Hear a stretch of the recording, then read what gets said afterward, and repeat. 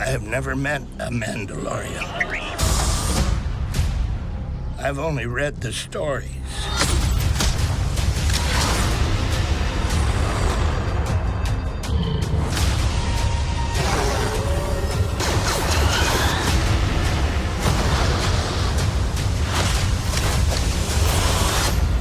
Your name will be legendary.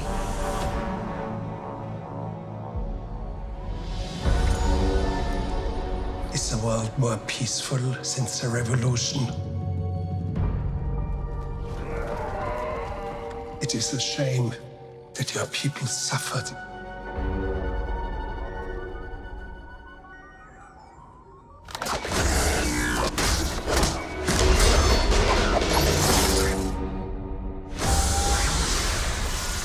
But bounty hunting is a complicated profession.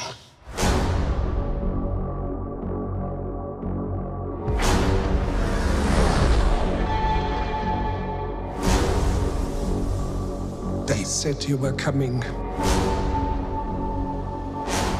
They said you were the best in the parsec. Would you agree?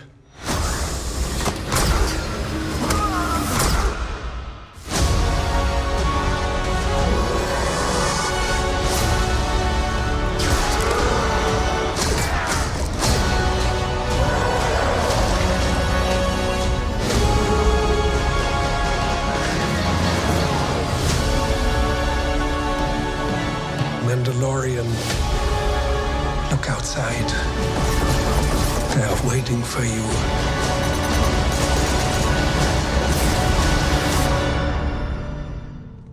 Yeah? Good.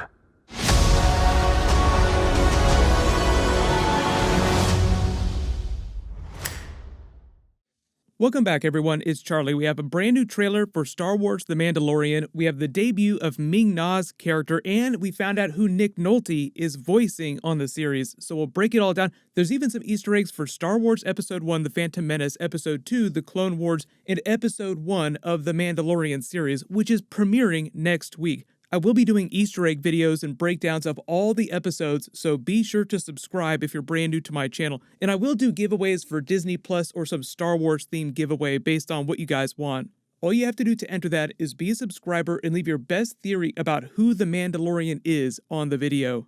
Just going through the footage, and then I'll talk about the Easter eggs behind Ming-Na's character, Nick Nolte's character, and all the Star Wars Phantom Menace and Clone Wars Easter eggs.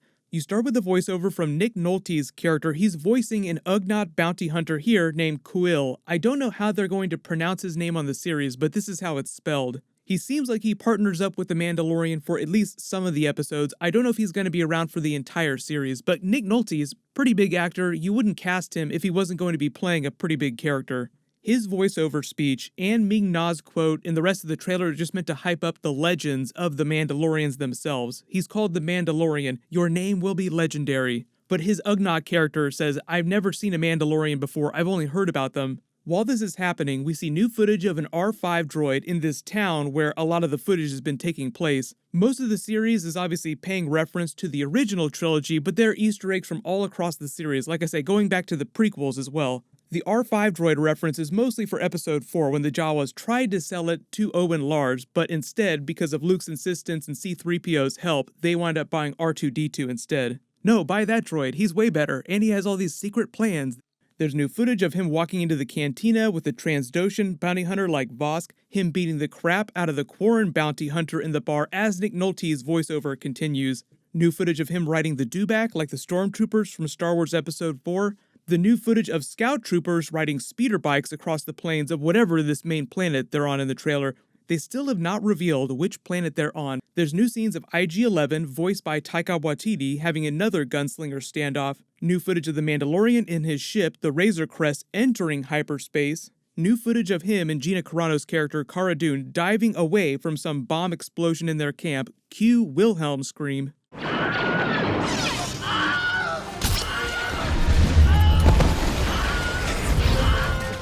Then a really cool montage of him armoring up before heading out. And notice that he's wearing a lot of the lo-fi looking beaten up armor in this part of the trailer, whereas in some of the other trailer footage, he's wearing the really shiny, upgraded looking Beskar armor. Beskar metal is just a really special metal that Mandalorians use to make their armor. The really cool property that it has, in addition to just being really strong, is that it's also lightsaber resistant, which is why it's come in so handy during the Old Republic era when Jedi were still a really big presence in the galaxy.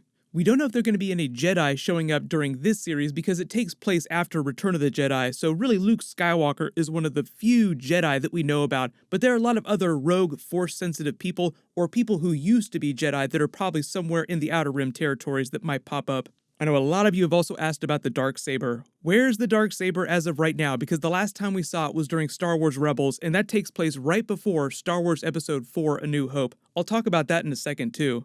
Then you get some new footage of him using his wrist gauntlet blaster just like Boba Fett to take down whatever this giant animal bounty is. The series is meant to be very space western, so this is kind of like him cattle wrangling a giant space bull he's trying to take down.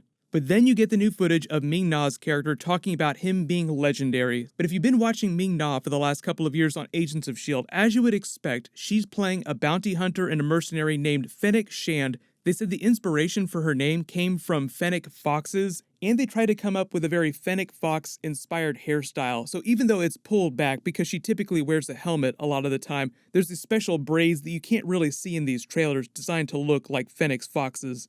The interview that she gave about her character just says she's tricky, and yet she's able to maneuver and survive and be stealthy, so very graceful and agile. I just love the whole image of the name.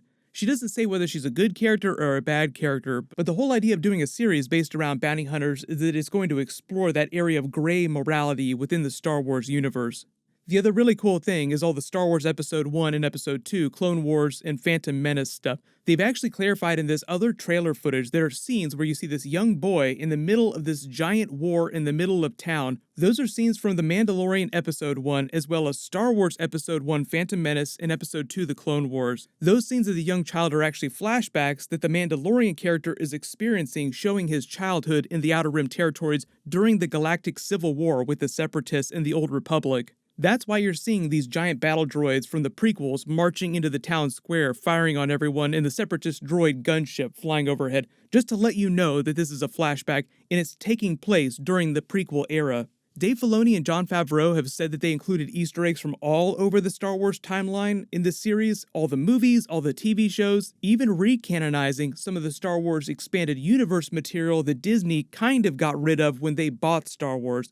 There have been a couple big things from the expanded universe that have come back. Thrawn is one of the biggest things. They did that on Rebels. I believe this is the first time in this Mandalorian series that we've seen footage that takes place during the prequel era, though, so I'm assuming that we'll see more flashbacks for his character that sort of inform why he is the way he is, where he came from, without completely telling us everything about his backstory. I think the whole idea is that he's supposed to be a bit mysterious, but we might learn more about his tie to the Mandalorian culture, what his clan was. I'll explain more about what happened to the Mandalorians after the Clone Wars in a second, because you don't really encounter them a lot during the original trilogy, and this obviously takes place right after Return of the Jedi, so there's a big question about what's going on with the Mandalorians in the galaxy at this point. But Dave Filoni has also been hyping up Clone Wars animated series characters showing up in the live-action Disney Plus series, so it makes sense they would include scenes from that era of the Star Wars timeline during the first couple of episodes. The last really big Mandalorian-centric story that we got was on Star Wars Rebels, taking place right before Star Wars Episode 4 A New Hope, and during that, they had just gone through a big Mandalorian civil war. Sabine, one of the main characters from the Rebels team, helped reunite all the Mandalorian clans. They picked a new leader named Lady Bo-Katan, who was given the Darksaber, which is sort of the mark of leadership for the Mandalorian people. The remaining Mandalorian clans, as of Star Wars Episode 4, were the Vizslas, the Wrens, the Kryzes, the Rooks, the Eldars, and a journeyman protector Rao. So they were still a relatively small collection of different Mandalorian clans, all disparately living all over the place. There was no central location. They had lost their home planet Mandalore to Imperial occupation, and they were trying to get that back. It was implied they fell on harder times again during the rise of the Empire. Then you have the war with the Rebellion, and even though there aren't a lot of answers about what's going on with them around that period, it's also implied that they're basically a fractured culture of clans living all over the Outer Rim territories, so they're still kind of a scattered people.